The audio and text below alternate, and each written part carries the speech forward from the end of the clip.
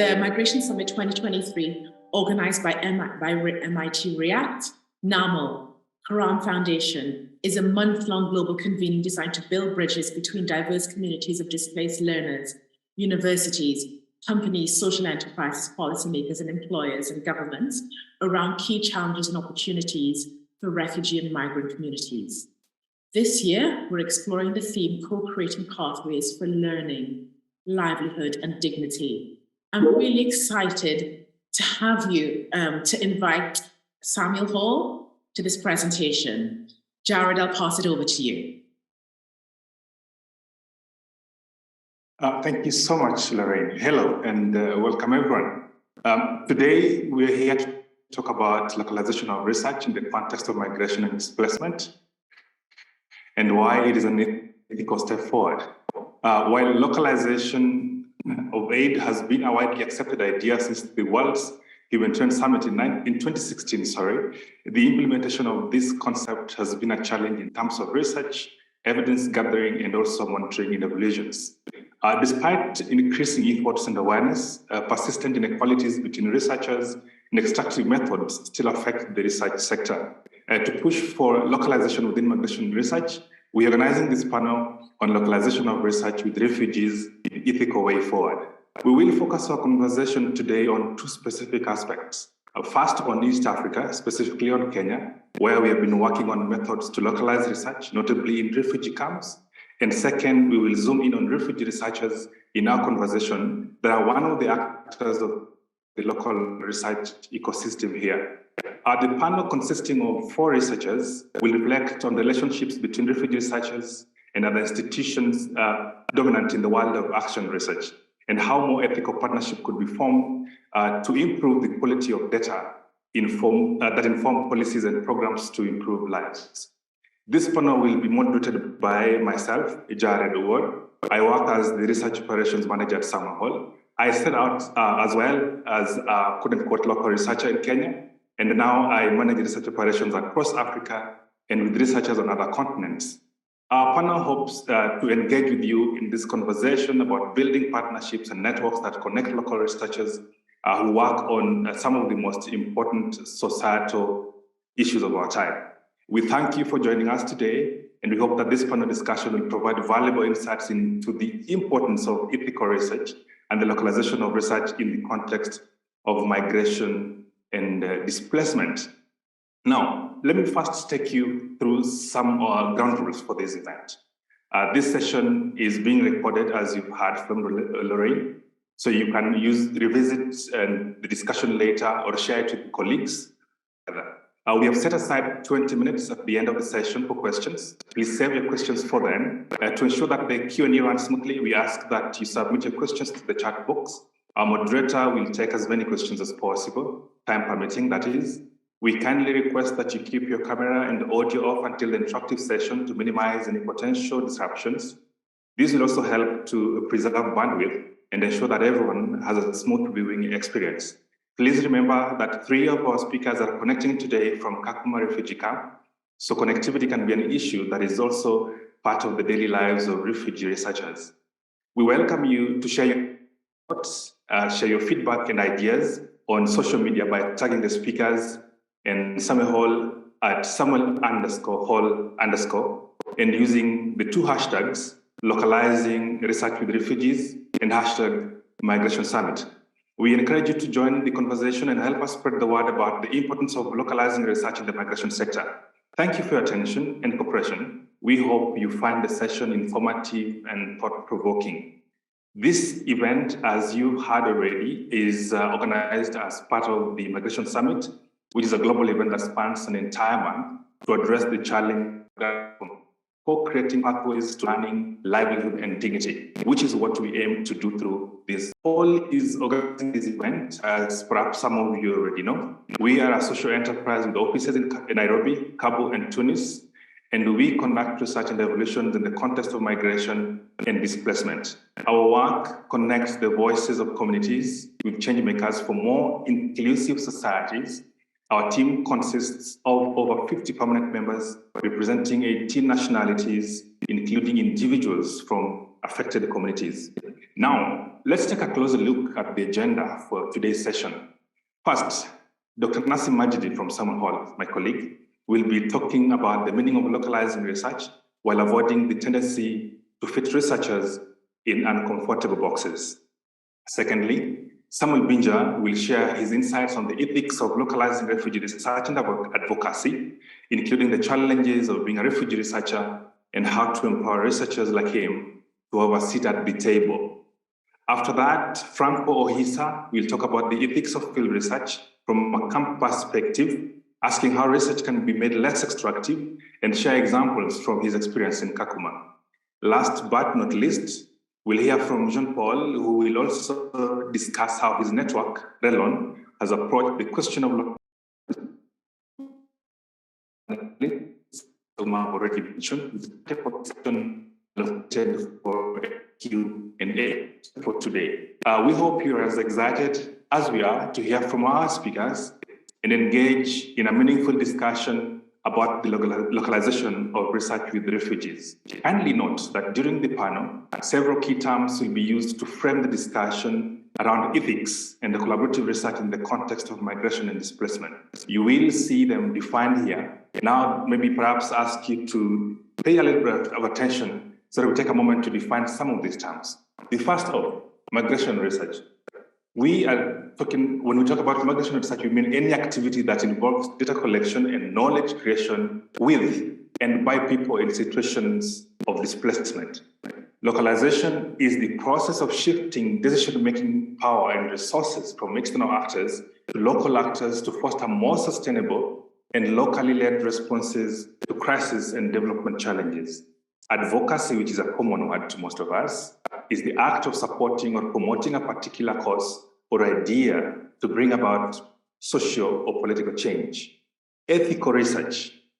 Ethical research is the practice of conducting scientific or academic research in a manner that is consistent with ethical principles and standards, such as protecting the welfare and rights of refugees and ensuring that research is conducted in a transparent and responsible manner. Ladies and gentlemen, now without further ado, please welcome Dr. Nassim Majidi, the co-founder and executive director of Research and Policy and the pillar lead for migration and displacement at Salmon Hall. Nassim is known for her expertise on return and reintegration, as well as durable solutions to displacement, migrant aspirations, and cross-border mobility. She has published over 20 academic and policy articles and led over 200 studies on migration. Nassim is also a research associate at a number of institutions across the globe, a number of them, about 3 in Africa, some of them in West Africa and South Africa, 2 in Europe, and 2 in the US. Welcome, Nassim, and over to you. Thank you all for having me today. It's a pleasure to be here. Can you hear me all correctly? Yes? Great. Really a pleasure, and I'm pleased to be the only woman on this panel. I think next time we'll make sure to have also more female voices, so I think there will definitely be a part 2 to this presentation and this discussion today. I really want to take this opportunity to reflect on what localization and localizing research means and how we can avoid the trap that we often feel like our refugees feel it as being into boxes. And before I go into defining what local is, I want to go back to one example that I've actually talked about extensively in a podcast for Namal recently. One of the researchers that I've worked close with in Somalia, he's a young Somali man.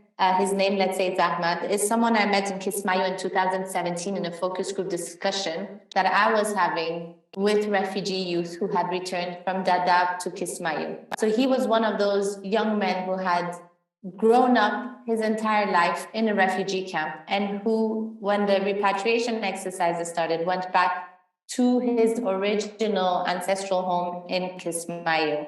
When I met him, he was both full of worries, but also full of hopes. He had studied in the refugee camp. He had some IT expertise. He really came out in the focus group as someone who wanted to bring change for his community. Since we were there doing a project, insist on the time perspective, because we knew we had 3 years to work in Kismayo to evaluate from the baseline to the end line a specific protection and development program.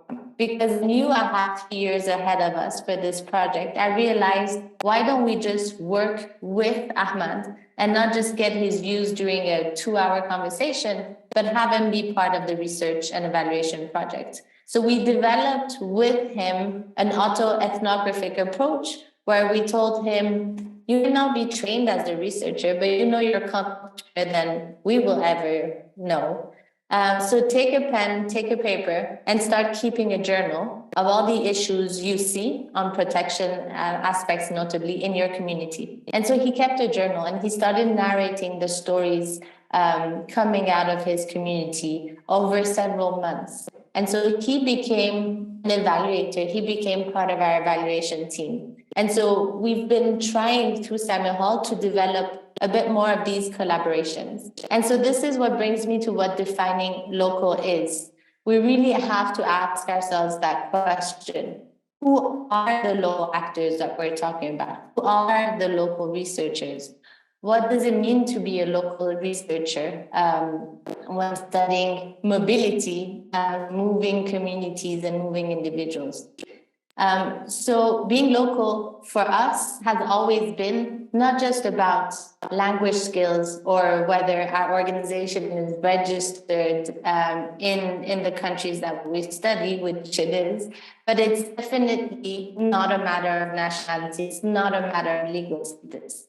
For us, it's always been about capacity. So what local means is whether actors have the local capacity to be the eyes and ears on the ground, to be able not to just record what people are saying, but to also look at trends over time. How is their situation changing from one year to another? How are their needs changing? How are their views and perceptions changing? And so the capacity to be there and to commit to context, the capacity to understand trends, the capacity to work with communities to validate data and co-design research projects, but also the capacity to evaluate the work being done on the ground by humanitarian and development actors.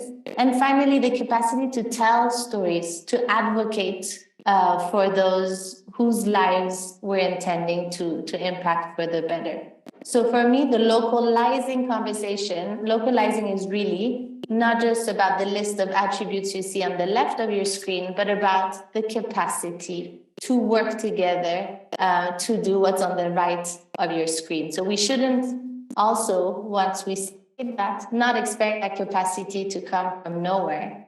That capacity requires time, it requires support, and it requires commitment. So if we go to the next slide now, this is what the local research ecosystem looks like.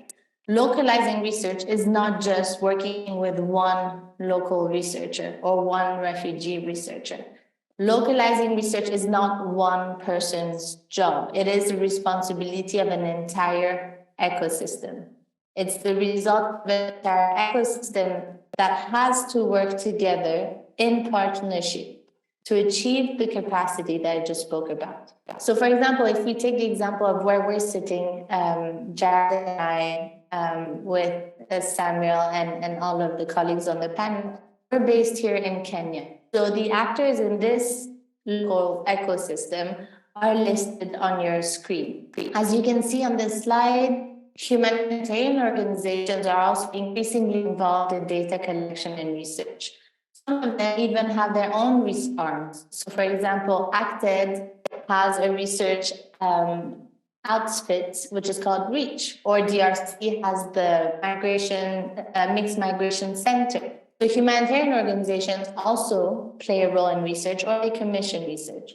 Then you have organizations like ours, Samuel Hall, that are local research organizations, but you also have local universities, both working on academic standards and on action research. Finally, you have community-based organizations, you have local municipalities, and these are actors who are providing services at the community level. They're the ones who authorize collection. They're the ones who stay involved in the research project process and hopefully hear the evidence so that they can use it to inform their service provision at a local level. And last but not least, you have migrant associations, refugees, and refugee-led organizations. And our panel today will focus on them, but they're not the only ones in the ecosystem. And so I just want to remind everyone that what's key when we talk about localization is not just to work with one of the actors on this slide and say, we're localizing. Actually, localizing research requires partnership to strengthen the agenda of localization, to bring complementary skills and resources, and co-create research that is responsive to the needs of local communities and individuals.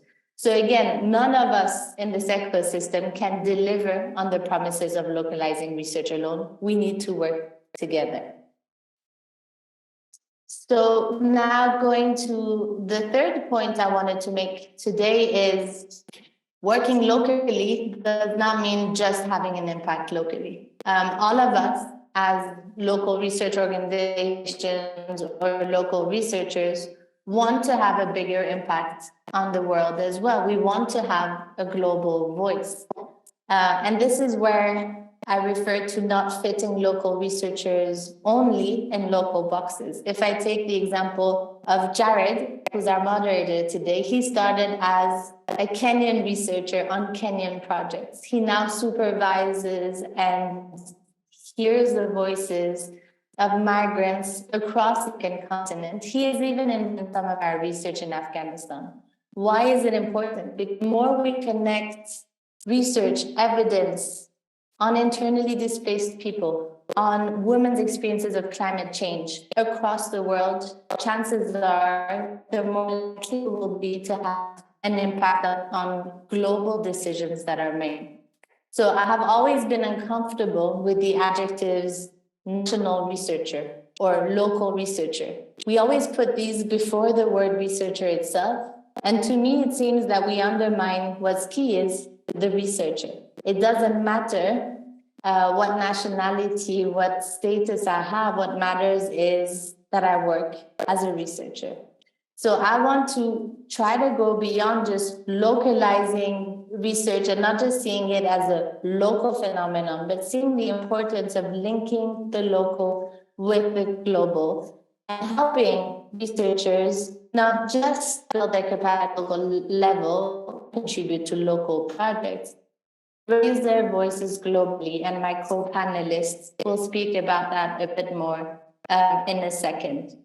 And so this is particularly important if we think about the link between research and advocacy, which Samuel Binja will speak to in a second, to address, climate shocks, as I was mentioning earlier, or to address any other ability issue. So to build that capacity, to link the local to the global, here again, need meaningful partnerships with an entire ecosystem of actors. So now I'll conclude then on one final message and this is the next slide, thank you. That ethical research for us is about grounded research. Research that is situated in specific contexts with research partnerships that include the entire local research ecosystem.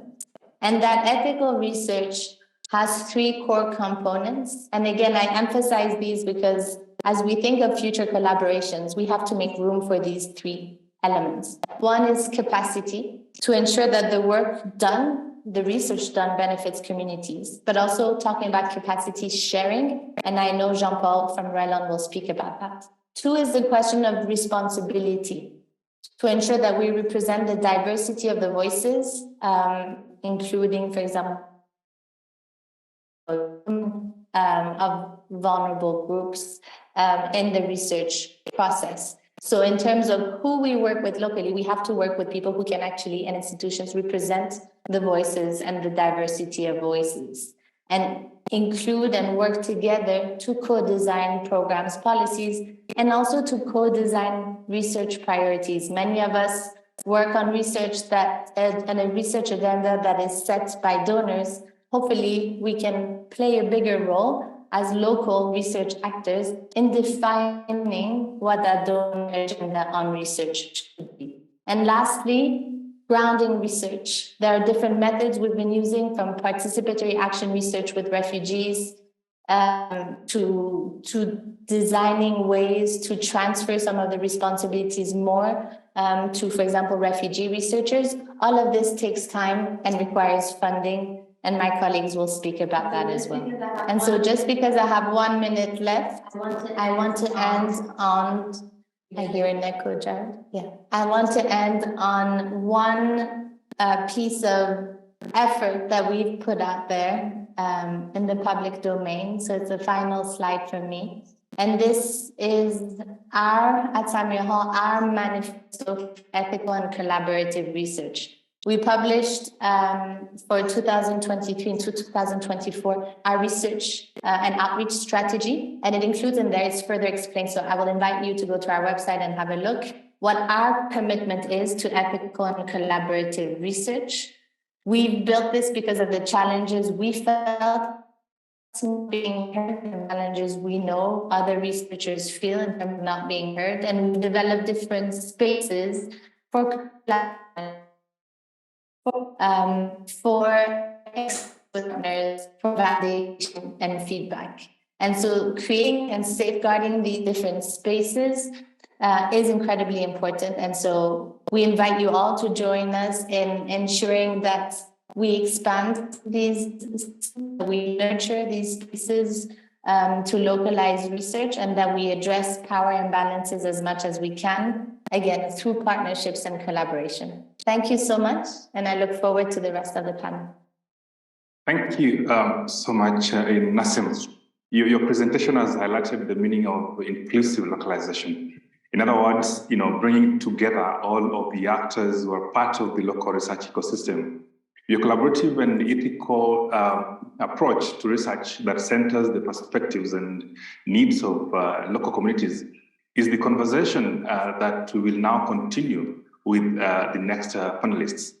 It's my pleasure to welcome our next panelist, Samuel Binja, who has a unique perspective as a Congolese refugee researcher based in Kalobeye settlement in the northwest county of Turkana, Kenya, since 2017.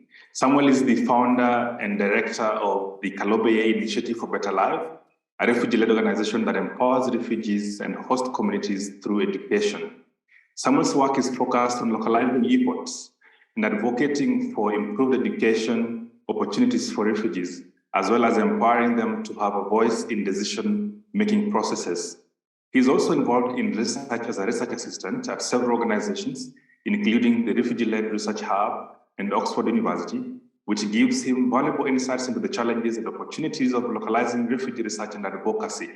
We're excited to hear from Samuel and learn from his experiences and expertise in this area. Samuel, over to you.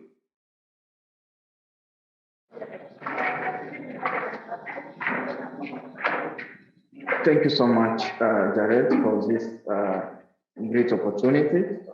And I'm so much happy to be one of the panelists of today. I want just to start with a short story of a refugee Congolese by nationality, currently living in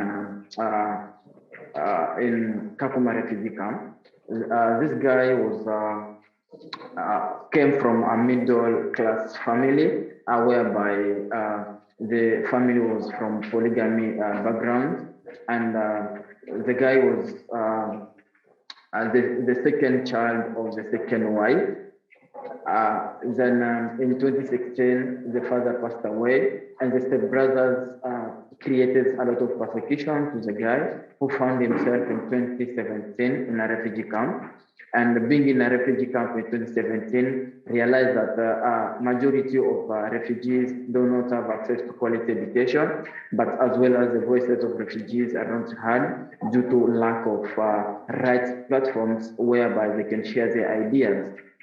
In 2018, he founded a refugee-led organization, which currently up to date has housed more than 2,000 refugees in different capacities. And this refugee-led organization is working in 4 thematic areas education, livelihoods, inclusive protection, and sexual reproductive health. This guy has also worked as a refugee researcher assistant with several research entities. And today, this guy is speaking in front of this global platform. The name of this guy is called Samuel Binja Chimanuka, the person who is speaking to you. And I will now come to my first slide of today and sharing with you the life of refugee researchers today. And what I want to start with, with a quotation from one of the refugee research leads, Andira Kara, who is a South Sudanese by nationality, and she has led the evaluation of refugee-led network organization in East African community as a research lead in Kenya, and who said that the contribution of refugees community as respondents is a key of thousands of institutions in the world. Which means that a lot of refugees have participated in research as a respondent, but the problem which comes in now is how these refugee communities they don't get the feedback of the research, they don't get the feedback of the contributions I've made, and this takes me to today we have realized that even refugee researchers themselves they are not trusted. They are not trusted. Regardless of their academic skills and experiences, by the fact that we realize that there is a refugee researcher who is on ground, or there is a refugee-led initiative on ground, but still international institutions will have to pay accommodations, travel for someone from abroad to come here to conduct local research activities, while we have well-experienced and people with good academic qualification to conduct those exercises. Secondly, is just refugees researchers are just explored for data collection and not fully engaged in the process, which I mean like refugees have limitation when it comes to research. When it comes to research projects, because they're just used for data collection, while for them to understand much the research project and the impact, they should be also involved in the design, the data collection, the analysis, and also the dissemination of that report, which it creates a lot of misunderstanding. While when international researchers goes, only refugee researchers remain on ground, and this creates a lot of confusion of when now involved in different projects. Communities they would just say, even last time I gave you my contribution, but I've never seen anything on ground, and which is a great problem. The third of it is like refugee researchers are not given equal value to any other researchers, because even when it comes to the payment, refugee researchers are still paid as incentives and not based on their capacity, not based on their qualifications, which this has. I'm sorry for the background. At a given hotel, and now it's at lunch, tea break time. So I'm really sorry. Just bear the condition with me, and it's quietly raining in Kakuma, but I believe it will catch up. So I was talking about the third point, which is the equal value. The refugee researchers are not given equal values like international, like national researchers. Even when it comes to payment, refugee researchers are still being paid as an incentives, regardless of their contribution, regardless of their qualification as well and their lived experience. And this comes when we realize that refugee researchers will not even understand the funding of the research that they've been involved in, because they are just used for data collection. My second slide, which comes to in my previous slide I talked about the trust and values, and now we should also understand what do I mean with trust and values. And when I talk about the trust and values, there is lack of like infrastructure access to local refugees. And when I'm talking about infrastructure, I'm looking at how these refugees are equipped, and when there is a problem when it comes to funding of concept, because there is a scenario whereby when there is a call for abstract, when there is a call for proposal research papers, and the research should be taken place to a refugee camp, but when there is a refugee who is submitting the paper, you realize that it's much rare to this refugee to get this opportunity, which shows that there is lack of trust, and this comes on because of the word perception. Still, the world still believing that refugees are not permanent residents, and if we channel direct funding to them, they must go back at their home countries. They must do I don't know what and what, which is just a word perception, which also is limiting refugee potentials in terms of accessing opportunities. And also there is a problem when it comes now to leverage the opportunity, because as much as we trust local refugees as researchers, we create more job opportunities, because first of all, this refugee researcher will also will also give job opportunities to other refugees as a research assistant on the ground. And this will be at a very fair and equitable manner.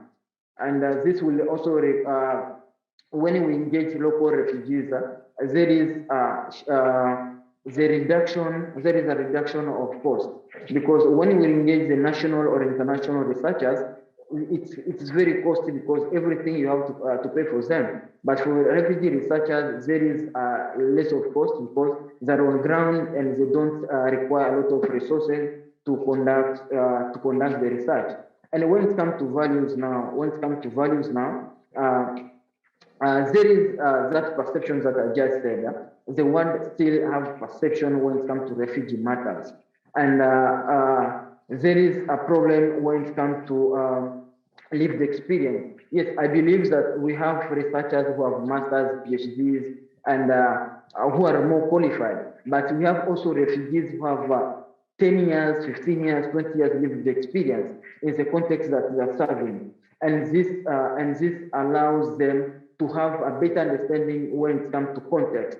And as well as their status itself allows them, when you involve refugee researchers in fully in the research activities, there is, when it comes to data analysis, there is that lived experience that works, not only as that they've read, they are only based on the papers and the data which have been collected, but in terms of analysis, there is accurate data, because they will provide the data based also on their lived experience. But all of this has been quietly denied to by the international institution, which means that the value of refugee researchers is still not yet put into consideration. And if we can go to the third slide of it, and now I want to emphasize on advocacy and why it matters. Allow me to start with the quote from my fellow refugee advocate, Nyal Deng, who just said at the Education Cannot Wait conference summit, I just said that I will not be honored to be at the table where other refugee leaders are not, because it has been shown that there is no advocacy without having access to right platforms. For example, when we talk about, let me talk about the United Nations General Meetings, where the head of states have to gather for a month, almost a month, but we realize that in their topics, no one emphasized on refugee matters, forgetting that we are refugees, but we have countries where we are coming from, which means there is a problem. And this refers to me like what Jean-Paul, who will be the speaker of today, talked on the Global Refugee Compact in 2022, who said that you cannot feel the pain of a shoe if you don't wear it, because the refugee localization, the refugee localization will be, advocacy localization will be only meaningful when refugees themselves are on the table. And what are the advantages of refugees being on the table by themselves? First of all, they provide the accurate information. They provide the right information based on their lived experience. Secondly, is there is a right representation of the community, because when a refugee is over there, despite the limitation of language, the fear and lack of maybe confidence, but the matter that this refugee will be doing, will be addressing, will be the right matter for refugees, the right life of refugees. But as well as it will help donors and funders to understand the full reality, because some funders, they are just reading the articles, and these articles have been published by the people who are doing the implementation. What do we expect when the person doing the implementation sends you the articles? The challenge is still over there, because they will still provide the positive aspect of the project, but there is a reality on the ground. It will also enhance the local participation of local advocates at the level meetings, which I mean, like today, there is a voice that everyone who is part of this meeting is understanding who is a refugee and what are the contributions refugees are doing, and also will enhance the inclusivity in decision making, because when there is a participation, the meaningful participation, there is inclusion of decision, and everyone will feel being included in the decision making. And my first slide, which now shows what can we do beyond data collection? What can we do beyond data collection? And there is a problem with international research funds, because what I've addressed there is we are just used for data collection and not for other means. But there is something that we need to do so that refugee researchers and also refugee advocates can feel and sit beyond the local level. The first one is engaging the refugee researchers from the concept development to the dissemination aspect. The third one is fund existing refugee-led organization initiative directly, because us as a refugee leaders, we have realized the impact of less funding that refugee-led organizations are getting compared to millions of external forces are implementing.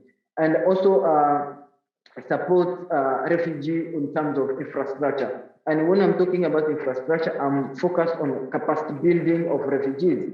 And this capacity building goes to, like for refugee researchers, they should understand how to write their papers, abstracts, how to write proposal for research, and how to negotiate a research deal, because there is that also a problem. And also having a point where we can say we have a refugee farm which is local over there. So if there is an international institution willing to work in maybe a refugee camp, maybe in Kakuma refugee camp, automatically there is a research farm that we can work with. It's no longer a matter of bringing someone from abroad who is just coming to supervise and being paid millions of Kenyan shillings, while this million of Kenyan shillings could pay maybe to refugee researchers and contribute to their self-reliance and their livelihood. And Binja, you should be winding up by now. A few more minutes for you. I hope I'm going to my last slide. Just 1 minute. Kindly, thanks. Yes, because that was my last slide. I have just a message, and my key message is based on the Article 34 of the Global Refugee Compact. It says that the humanitarian response is effective when the person of concern is fully engaged.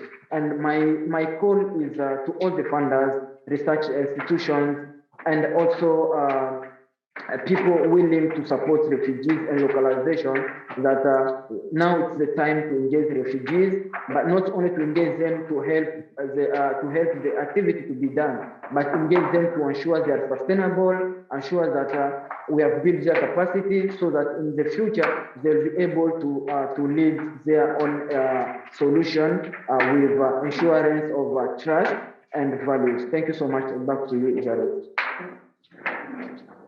Samuel, thank you so much for sharing your experience and insights on power dynamics and the importance of not just involving refugee researchers in the research process, but also actively empowering you and them to lead and shape the agenda.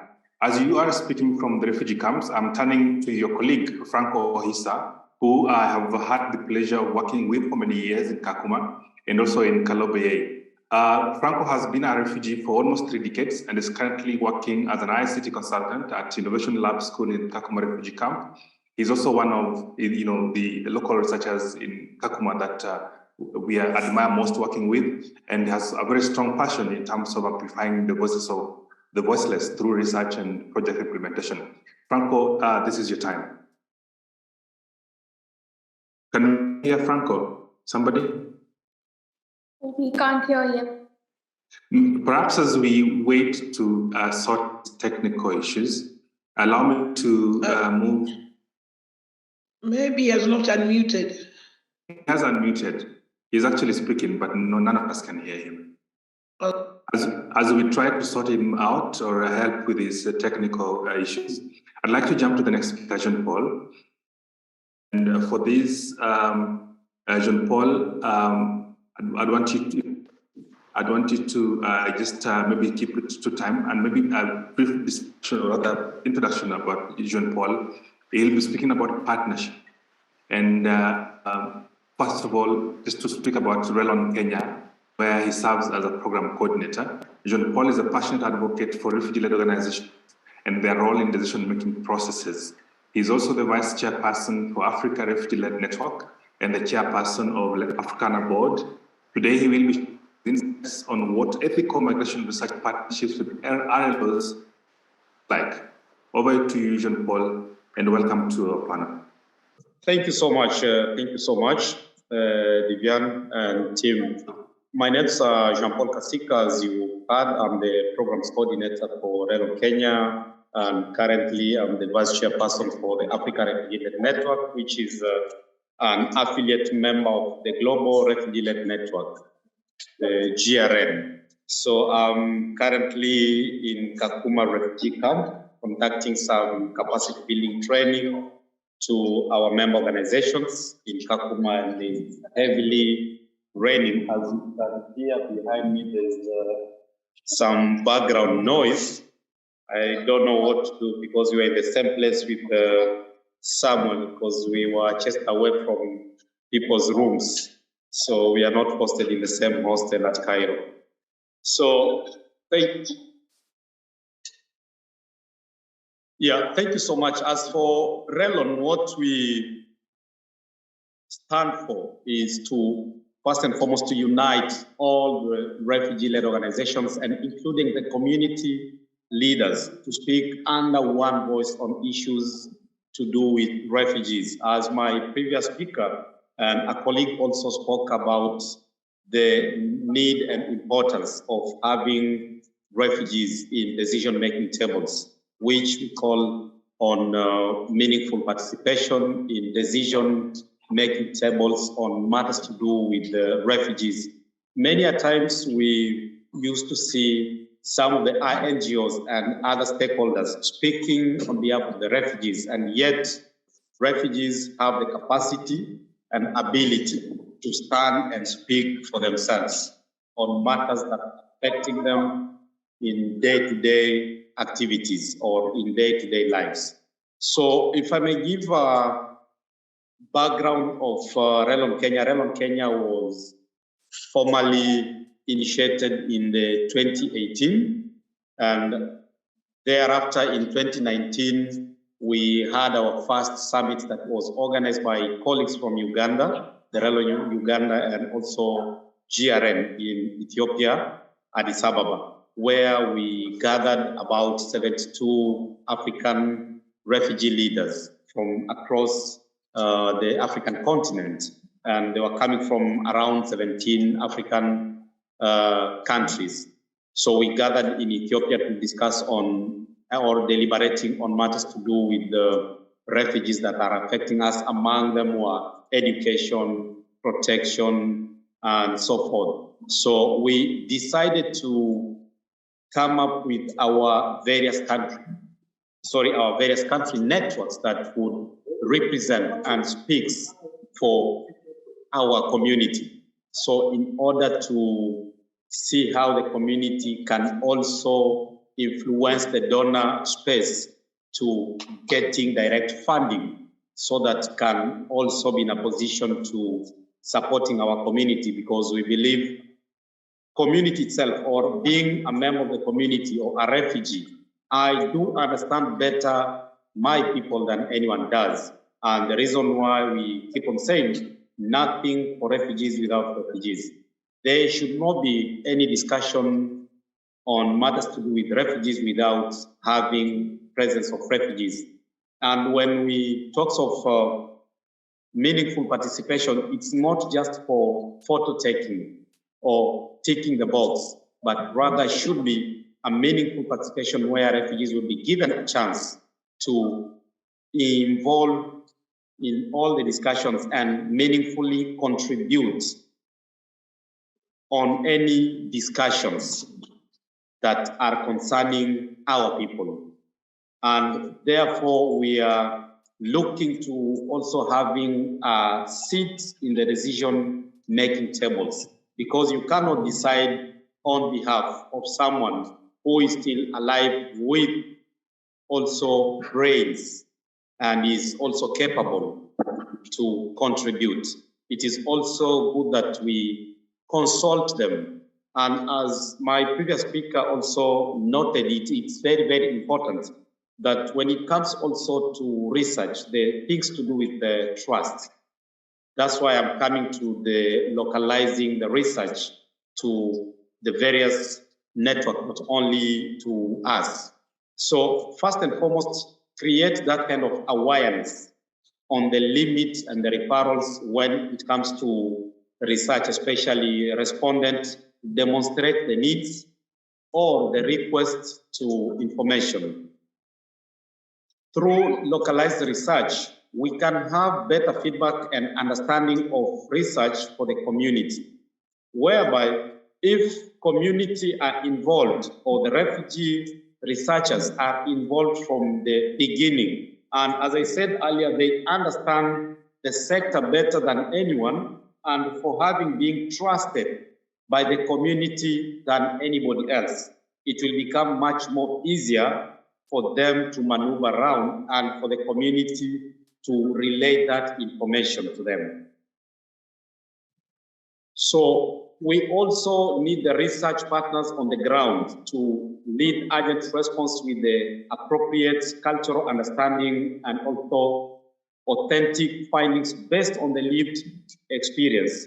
So whereby the refugee themselves, researchers, are involved, be it the assistant researchers or enumerators, should be given enough skills that will support them collecting maybe perhaps the data or interacting with the community directly in order to maybe providing this kind of information that is needed to supporting our research. So therefore, there's also a need for the international players and international researchers to involve directly the refugee researchers in the research or data collection or in any survey that is conducted within the communities.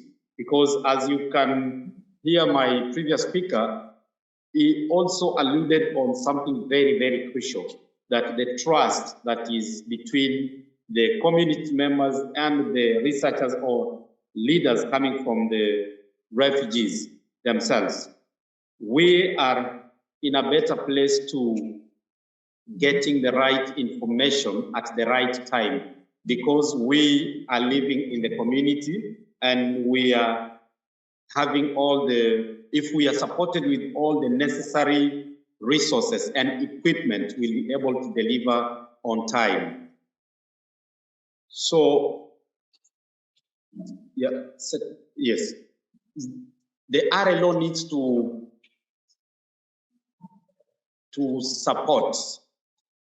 The RLO needs support to the localized research. One, capacity strengthening. It's no longer the capacity building because one, most of the refugee researchers having worked with the different actors, they have gained some sort of capacities. All what they need is just to strengthen their capacities in maybe bidding for the research grants and also draft of research proposals. And secondly, partnerships is very, very crucial, whereby refugee inclusion with the humanitarian organizations are very, very crucial. So we don't need to always consider refugees as beneficiaries or as incentives. Rather, we should consider them as equal partners. Therefore, it will give a meaning to any kind of research. And when it comes to meaningful participation in research process, from the design to the, or from the inception to the dissemination of this information. Because as we heard from my previous speaker and even my next speaker can also talk about it because of the experience that we have lived in the community whereby most of the researcher previously would come, do their research involving the refugees at the very last end, where they just want them to collect the data and be given some little token or what we call the incentive.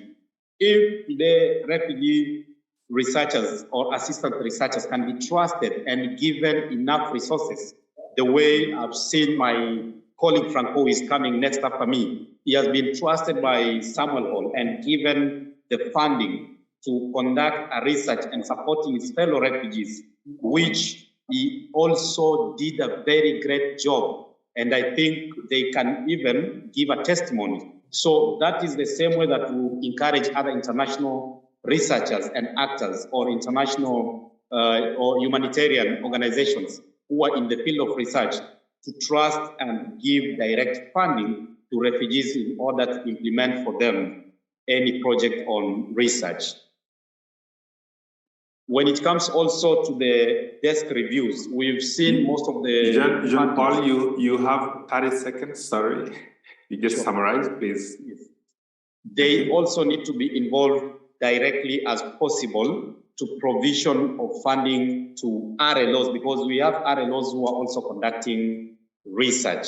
So they need to be given direct funding. Where need be on capacity strengthening or building, they need to be guided on and given the means to support their research. So what supports that RLO needs? As I said earlier, partnership and inclusion, direct inclusion into any activity from the inception to dissemination, and facilitate them with the necessary equipment or the means whereby funding is very crucial, and they'll be able to provide the information that you need or the data. Yeah, thank you. Thanks, Jean-Paul, for your insights on why localizing research is important for organizations on the ground, right from referrals to training, from cultural understanding to sensitizing a broader audience. It is clear that collaboration and trust building are essential to promoting ethical research practices that benefit both refugees and researchers. It is also important to recognize and value the expertise and knowledge that RLOs bring to the table, as they have first-hand experience of the challenges and opportunities faced by refugee communities. So thank you so much for those great insights. I want to take us back to Franco Ohisa. I had initially introduced him, so I want to do that again. So Franco, if you are able to connect, Viviani, take us back to his slides and then we can have him take it up. Yeah, Over we to you, don't. Franco. Yes, sure. You can Awesome. take us back to the slide so that I start talking. Beautiful. Can you hear me now? Very loud and clear. Thank you so much for explaining that, Franco. Over to you. Great.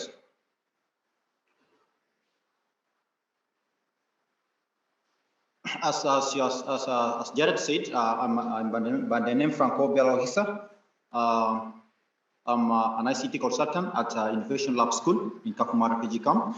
I'm basically integrating ICT into the education system of Kenya with the belief that ICT will soon become a basic necessity in academic process. I'm also passionate about amplifying the voice of refugees through research with over 5 years of experience as a research assistant of Samuel Hall.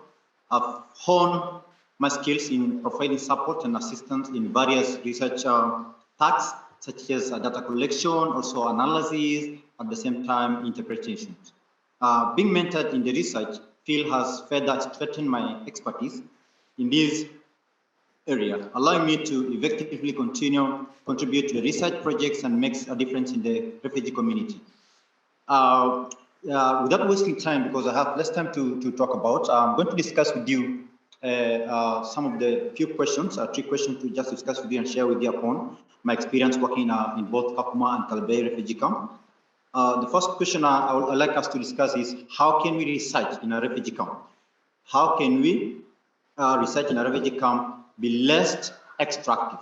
So this is a very important point for us to take from today onwards. We need to build trust and establish a probably relationship. When I say this, because I had one of the opportunity, as an example that I was pleased, I had the opportunity to oversee the digital project, employment project, and present my findings to Samuel Hall, representative of the research funded by host. That was last year, I think 2021 December. The field expenses were securely transferred to me, amounting to $500,000 Kenyan shilling. So that was including like expenses. I was able to do expenses for the enumerators, training them, paying daily transportations, drafting even daily journals every day.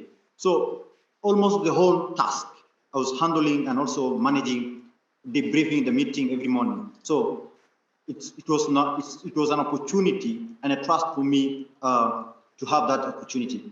But it takes a process, it takes a process. Then this is a message to all the researchers that you need to stand firm and do your best to gain that trust. It is not just trust we're talking about, but it is, what is your history with the organization you're working with? So that means you must have completed quality tracks with them previously before they gave you that trust. So this also brings us to the woman who traveled by foot to a focus group discussion. So ensure that local communities see of value. So that woman alone, I was a coordinator in the field, trying to tell them I'm mobilizing them to attend a focus group discussion. So it was not easy for a woman crossing the river, although there was no river, but it is a far distance to a place called iterative. You can see that distance. Although you tell them use your own transport, you'll be paid as a transportation. Paying them doesn't mean that you are embarrassing, but it is a kind of a recognizing of their value of their time when they are present. But now the woman decided to foot from the place where she was to the venue where discussion was trying to do. Then it means she understands the value of the research. There was someone who's going to listen to her stories, amplifying their voices to the world. So this is one of the things we see. It's very important to trust and also empower refugees in one way or the other. The second point here I'm going to talk about is research ethics and at a local community. So basically, when we talk about research ethics at a refugee context, that is in Kalabeng and Kakuma, the ethics of research in Kakuma and Kalabeng refugee camp involve a set of principles and guidelines that ensure the protection, respect, dignity of refugees, and also the host communities themselves, as well as trying to integrity and also credibility of the research itself. So it's very important for us to understand before we go to the first point here is respect, confidentiality, and privacy. Very important. Research should maintain the confidentiality and privacy of participant personal information, ensuring that data is collected, stored, and shared securely only for research purpose. Because there are people who are not able to share their names. It's very important to take that. That's why we have informed consent here. There is someone who said, I cannot share my name in history. So we need to ask them the possibility, why do you want, because he was an activist in their country, Ethiopia, and his life was raised at risk because of the politics issues, and he was an activist in politics, using art in doing some of his work. So he was advocating for politics so that the government should at least understand the people in the ground. But now, it was against the government work. So he has to leave the country and come to refugee camp. Therefore, he don't want the name to be seen in the social media so that the government should not know where he is. So it's very important also to protect their knowledge, their names, when they're trying to disseminate the information to the community or to the funders or to the implementers in the community. So we have community participation. That is from inception. When we talk of community participation, that means we need to include the block leaders, the leaders of the community to help you in mobilizing the community who are supposed to be participants. Otherwise, you'll mess up with the right people, the right target of the people you want. Because this incident happened to me once when I was doing a review. It was about people who attended digital business training through a review. So I had to use the contact to communicate with people and ask them if you are Josephine. So she said yes. So this woman came, instead of her came herself, but she sent the daughter to attend the training. You see, the research participation, the FGD focus group discussion. So the woman, when I asked the participant, you must confirm each and every participant who's available if you have the right people. So what I confirm now is that girl was a different one. She was not in a training. She's not the very person supposed to be interviewed. The reason behind is they have heard that maybe that's a benefit. That's why I was stressing, like, people in the community should not look like research as part of a business. Instead of their value and the voices they're going to share, the grievances they have in the community is very important, not what you're going to be paid or the allowances you're going to be given for your transport. It's very important. The woman alone was in Uganda and decided to send the child to attend the FGD focus group discussion, which is not the right person. She's the right person to attend the participation because she was trained by Arif. So we were trying to confirm how digital business help her in her life as right now, right from the day she was trained up to this time. So it's very important to confirm, take the consent and involve the committee so that they confirm with you if this is the right person, if this Josephine you're talking about. So we have also protection vulnerable population. They still fall under the first point when I said it is good to protect everyone. Even the long distance, the woman who treats from her home to Atorite using footing, on the way, suppose she was harmed, and Kakuma is not safe. Everyone is harmed. It was tough. I even told her, why did you even foot? I told you to use main road, but she was like, she's not sure, she doesn't trust, if I'm going to get you there so that you pay for the transportation. So it is very important sometimes you even go to indoors so that we interview people from their homes at the same time, just to reduce that risk and protection for of the vulnerable people in the community. So it's very important to communicate engagement. So this is to dissemination, when I mean by this, researchers should engage. Yes. Franco, you have about 2 minutes to wrap Sure. up, so you can go to the next slide.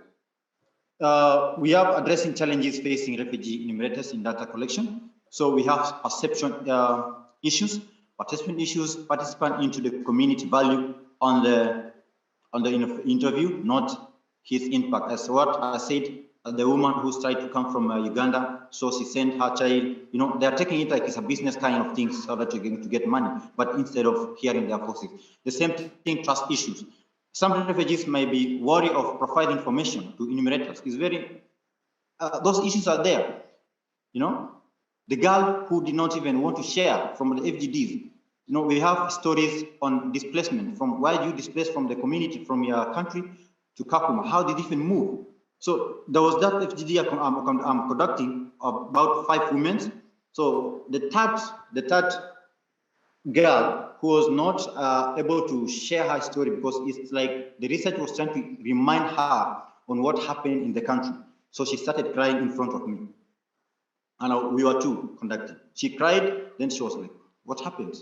We tried to ask her, then I decided to isolate her from the group because the stories from the first participant was at least good. The second participant was also fine. But for her, she seemed like her story was different from the rest.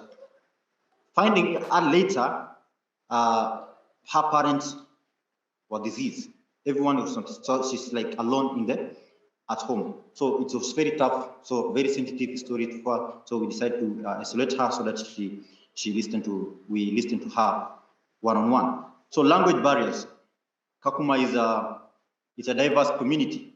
We have a lot of people, Somali, Kenya, host community, South Sudanese, Uganda. So we need to see the solution here is we should have translators from the different communities who are trained, not just translators, but trained translators, so that they give us exact data we're trying to ask. If you're asking in detail, so that person should translate the way you are, so that they should understand. So next slide.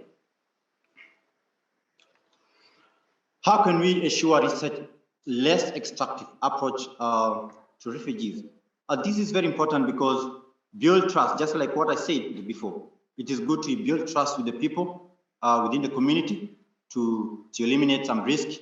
You might be questioned in the field, because I was once questioned in the field by the host community, finding like how did the people come here and who informed you to come, because we did not have that trust, and we did not even have that informed consent.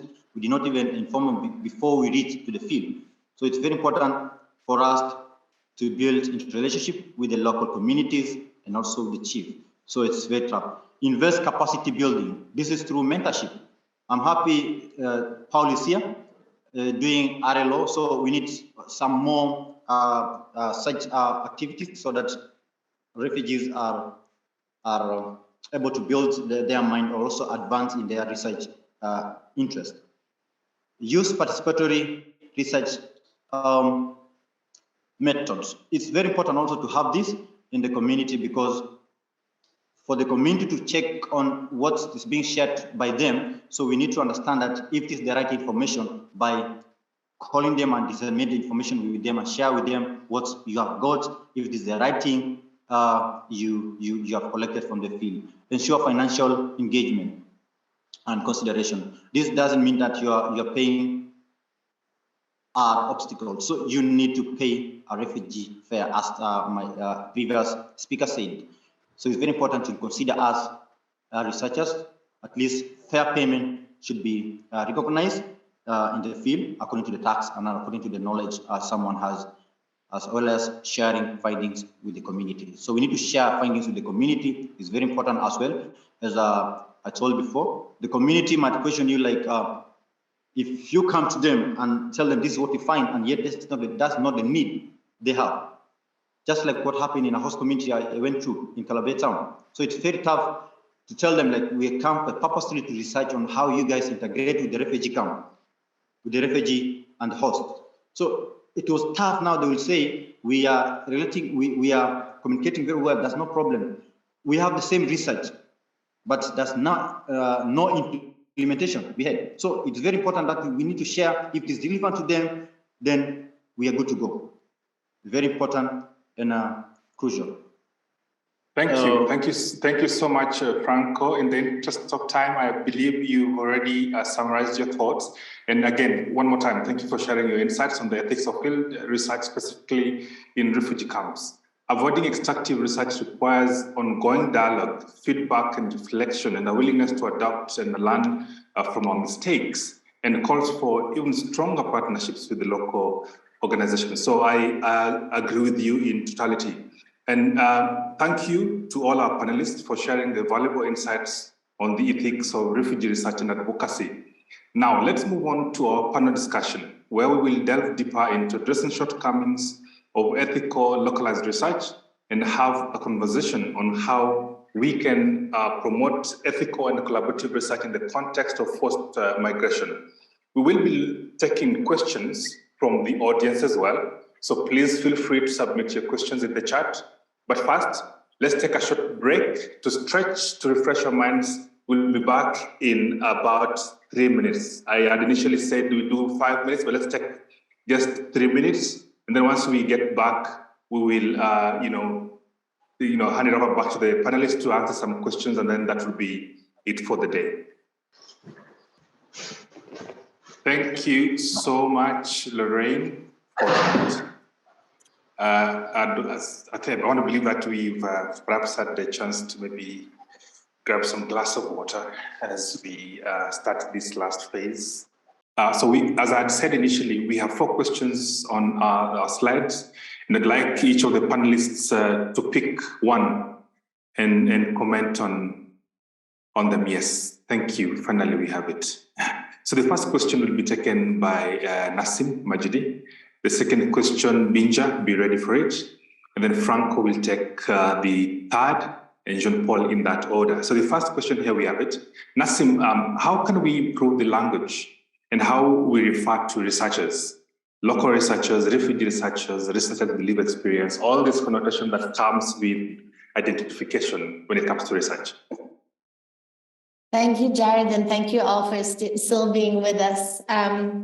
As I alluded to in my presentation, I think it's really important that we're careful about the words that we use, and that we're also careful as we plan research projects, as some of you might be commissioning research projects, as some of you might be collaborating on research projects, that we really improve the language and the conceptualization. So again, local researchers can be refugee researchers, can be other migrants as researchers, can be a diversity of people and experiences. What we really need to look at is beyond the language or the terms that we use, the capacities that we need to assess. So what I would love to see is more research team compositions that really get back to those 6 capacity criteria that I mentioned, the access on the ground, the capacity to validate data and validate hypotheses and assumptions, the capacity to tell stories, the capacity to advocate, the capacity to evaluate, and the various capacities that I had outlined. So I think I would like to see a transition from speaking of local researchers to speaking of local partnerships for research within local research ecosystems, and then thinking about local research capacities and really trying to get funding to ensure that all the various capacity elements are covered. So that's my hope, that we can transition the language from one of just talking about local researchers to talking about local research ecosystems, partnerships, and capacities. Thank you so much. And I think I identify so much with that. Personally, I usually say that it really doesn't matter what tag you want to hang around your neck on, how you want to be referred to, but rather your ability to deliver a task at hand. So it resonates pretty much well with the conversation we are having. And on to next, Binja, you had Franco talk about monetization of research at the community level and the risks that are associated to it. How do you think we can address the infrastructure and financial challenges for local research, so that this relationship goes beyond what we see on matters money and being transactional? Binja?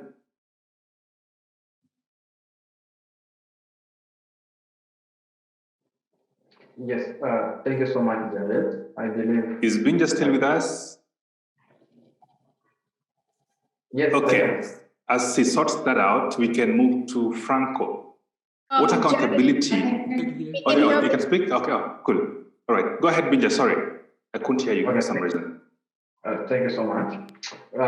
Due to connectivity, I'll not be able to run the video, but due to the challenges of in case of infrastructure, which I tried to address, and the infrastructure that I'm looking at now is the intellectual capacity building. and how the international research funds should invest intellectually in the capacity of local researchers, so that it shouldn't be based on money only, because sometimes due to lack of confidence of local researchers, they have also been used because they just look at money. They don't look at the values that they add in the research research work or in the research project. And also they are not involved in the design. They are not fully involved in the design of the project because maybe the research firms believe that they don't, we as refugees or as a migrant researchers, we don't have that capacity of supporting them. While when it comes to context, there is an issue of lived experience. So I will recommend the research funds. The relationship should not be just on the money matters, but if they know that we have thousands of projects working in migration context, then they can also create a kind of maybe scholarship opportunities for their research assistants, for their local researchers, so that if they acquire more skills, as much as they acquire more skills, as much as they provide the positive impact of the research report. And that is my message of today. Back to you, Jared. Thank you so much, Binja. And then the next question will be taken by Franco. So again, I think at the beginning, it was Samuel who mentioned that, the engagement of refugee researchers should go beyond just the fact that they're data collectors. How can we involve them in having the ability to contribute to papers, documents, and reviews and all this? So what accountability, Franco, do you think, or, M&E efforts that are needed to see whether research projects and, these kind of proposals are sufficiently localized so that every component of it is included? Over to you, Franco. We got disconnected. I'll skip that and move to Samuel. Last question is for you, Samuel. Can you just go straight into it? How can we link you and the rest of the refugee researchers beyond the local borders? That's my question again. I had already moved to Samuel, but yes, now that you're connected, I don't want to lose you again. You can take it, and then I will move to Samuel next. Okay, so that's the first point I said is through regular monitoring. So this was very important because regular monitoring of progress toward our localization goal is necessary to identify success and challenges and to make adjustments as necessary. Monitoring efforts can include regular surveys, focus group discussion to check on people feedbacks, a mechanism that allow for ongoing feedback from the local community. We also have learning and adaptation. Sometimes we learn from the field and we need to adjust to that. Use the monitoring and evaluation data to learn and adapt what you collected and evolved to strengthen localization in Kakuma and Kalabay. Just like what we shared now, someone is now putting it into place and trying to adjust into that. Share findings and lesson plan with key stakeholders, including the local communities, and use this information to adjust programming and research accordingly. So it's very important to learn from where you head and also from this forum like this. Accountability mechanism. Accountability mechanism should be put in place to ensure that researchers are held accountable for their actions. Because once I go to the field, sometimes what I do is what I'm going to report.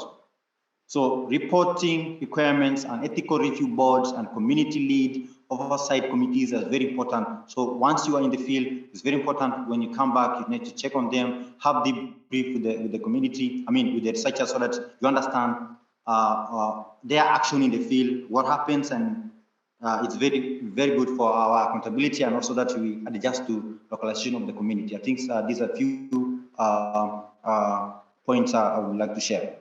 Thank you, Franco. Over to you, Samuel, the last question. But I believe this goes to Binja? Yes. Yes. Thanks so much, Jared. We believe, as refugees, we believe first in networking. And when I'm talking about networking, I believe that there are other refugees around the globe. There are other migrants around the globe who are also facing the same challenge like us.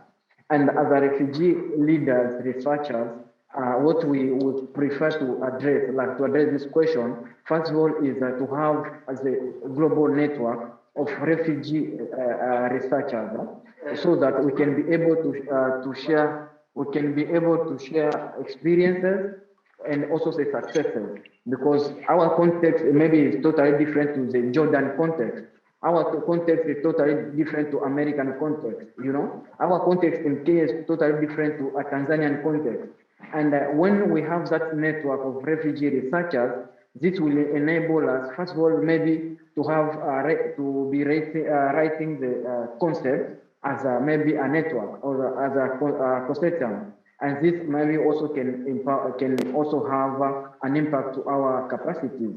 And also the research firm, to ensure that if they're working in various countries, to ensure those research assistants of theirs who are local research assistants should be known each other, not only to connect through social media, but them to bring them together, maybe for a virtual call for introduction, maybe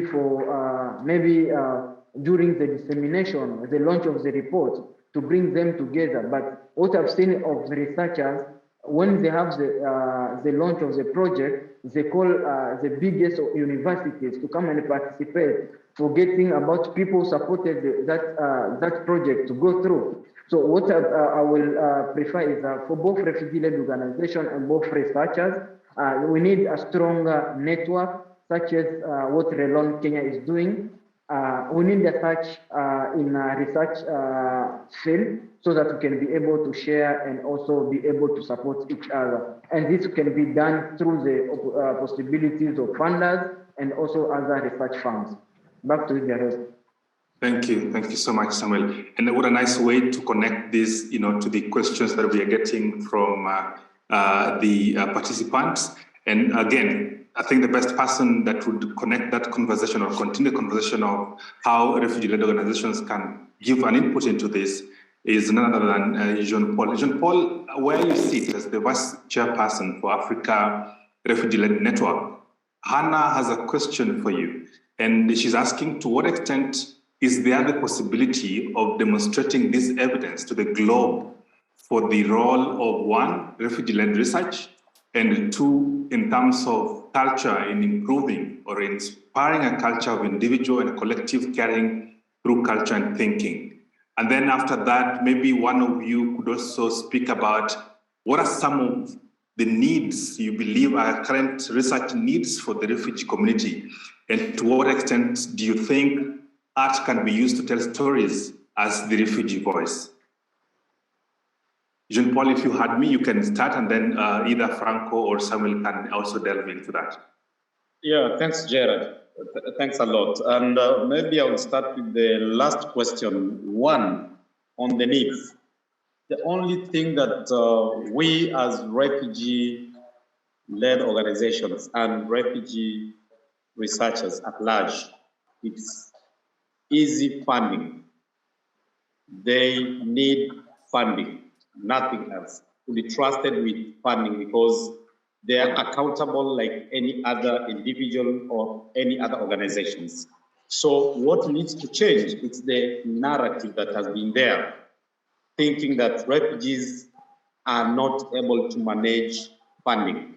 And yet we can see already, we have proved that refugees are managers like any other managers, because we haven't started in the asylum countries, be it in South Africa, Kenya, Uganda, Tanzania, and elsewhere, which means the same refugees who are today, our status should not limit us or be diminished. So we should not be reduced to an extent that thinking refugees are not capable to handle a certain funding or implementing some project, which is not true, because definitely in our countries of origin, it is the same individuals who are today refugees who've been handling or managing those organizations which exist in our country of origin. So therefore, funding is very crucial. Number two, networking, as my previous speaker said, is very important. And networking in such that due to lack of means, we are unable to converge regularly in order to exchange on the best practice between or among the refugee researchers and other refugee leaders across the world. As my colleague Samuel said, yes, indeed, it's a fact that you'll agree with us. Due to limited resources, we are not able to carry on some sort of activities. But if we are given enough resources and capacity strengthening is the only thing that is needed, whereby we can do it better. Because previously, if I can give a good example, we've been trusted with a certain funding from a certain source that I will not be able to mention. And we did a very good research on permanent residence and citizenship in Kenya in collaboration with the Refugee-Led Research Hub and also Kituo cha Sheria. And 2 weeks ago, we published that piece of report. And the dissemination is to be taking place from this week. So therefore, they saw the value for the money that was given and trusted into us. So I can just maybe encourage funders and other researchers. There is a perception, especially by the other NGOs and local actors, that refugees are not capable to handle this kind of funding or implementing such kind of project, of which is not true. So that is how things should change, and encouraging maybe for networking in such a way that organize for the roundtable discussion together with the donors in order for the refugee researchers themselves can bid for these grants for them by themselves, and also encouraging for consortium between the refugee researchers and also the local actors or international researchers, if they can form consortium where they can bid for funding together. Thank you, Jean-Paul. I see you're still being taken to task here, because I think beyond the funding, part of the question perhaps would have been in terms of the specific needs that research needs to contribute to.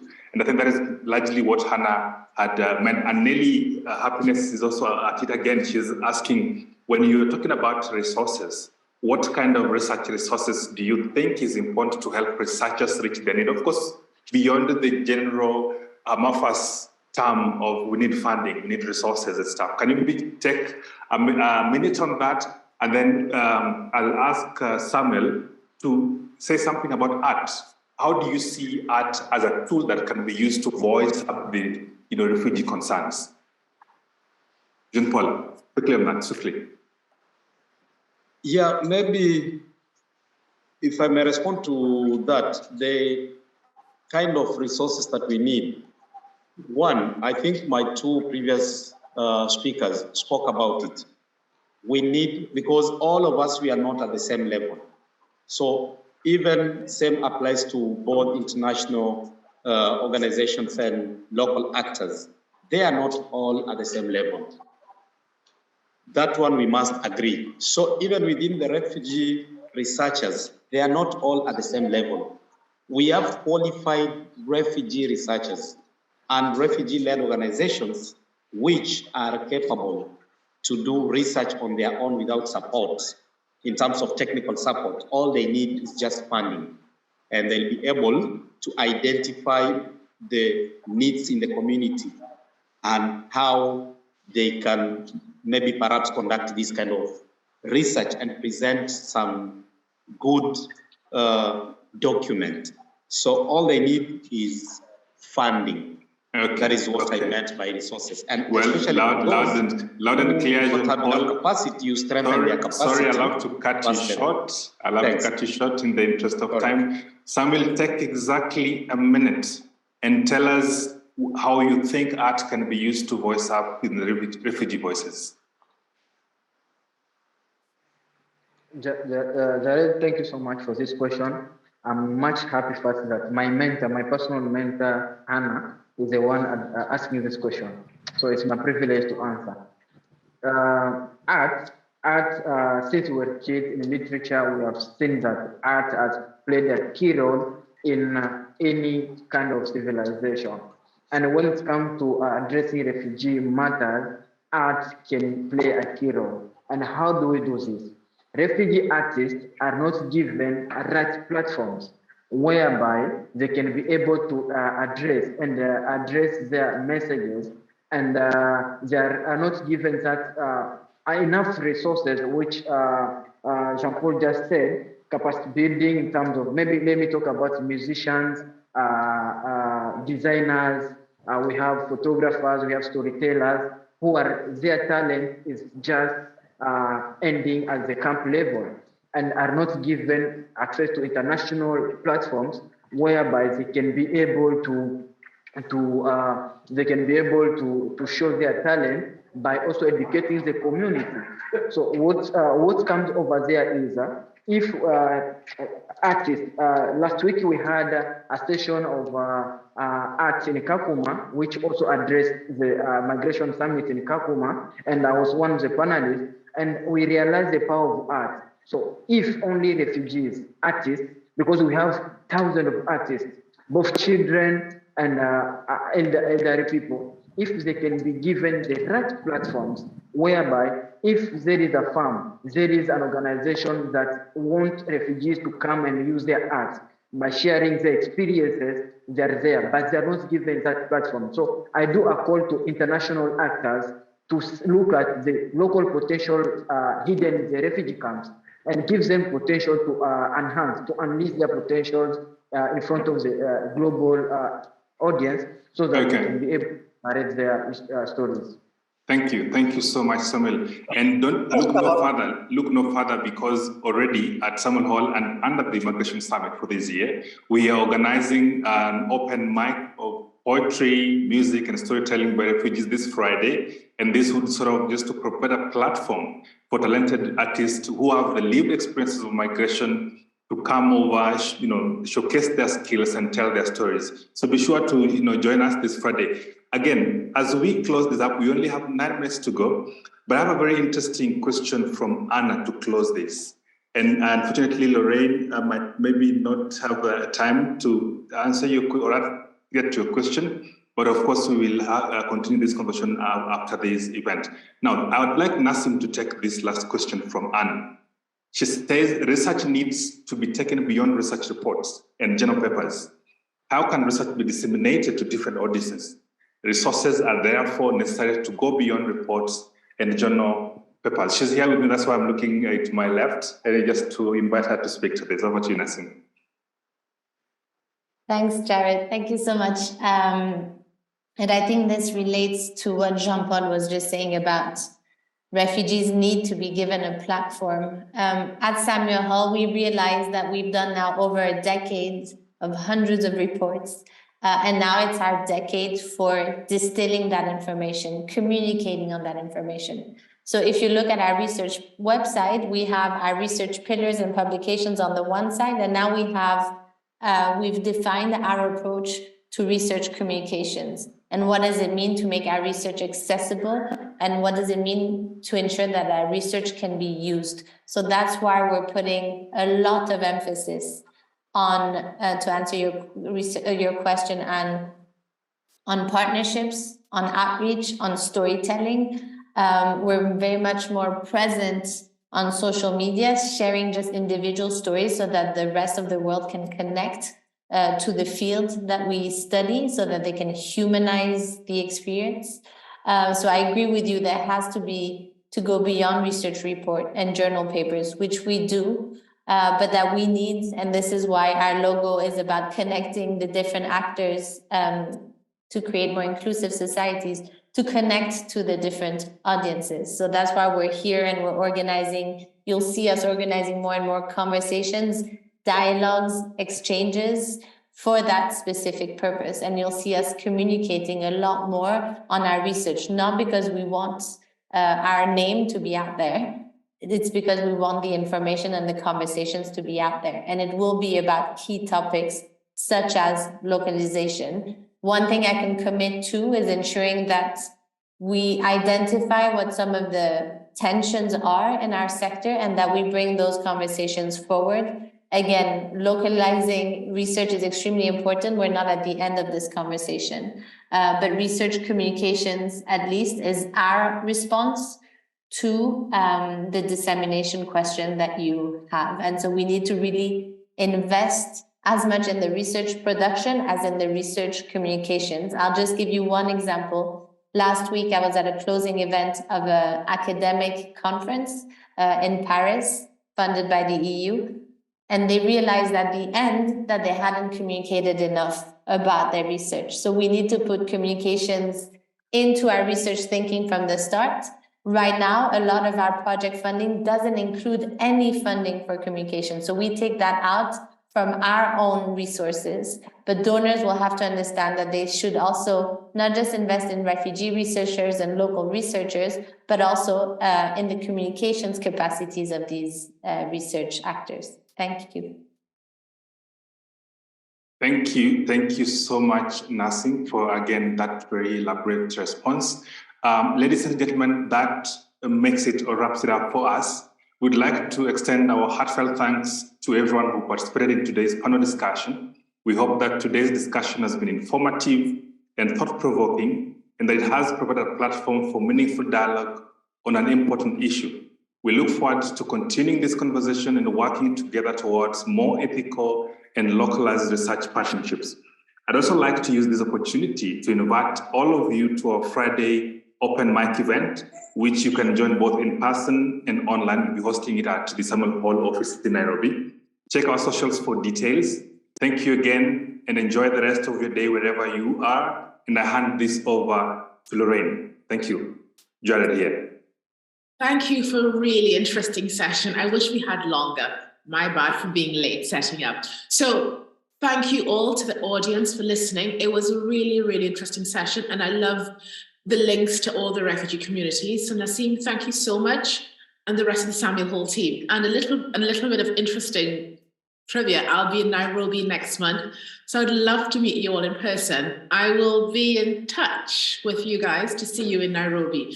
So have a really great day, everyone. We have more sessions in the Migration Summit happening much later in the day, from 2 p.m. UK, 9 a.m. Eastern, a bit later. So that's 4 p.m.